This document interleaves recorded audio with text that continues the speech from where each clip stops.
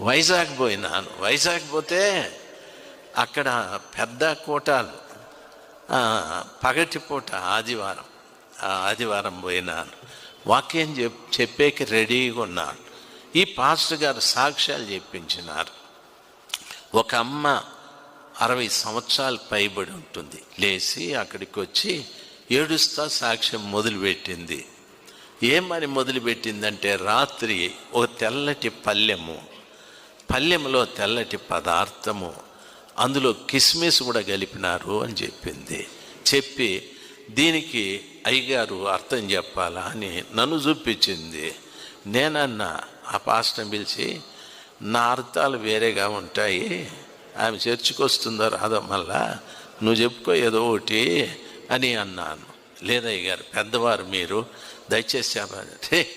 కళలో ఇట్లాంటివి నాకు తెలదరా పుణ్యాత్ముడా.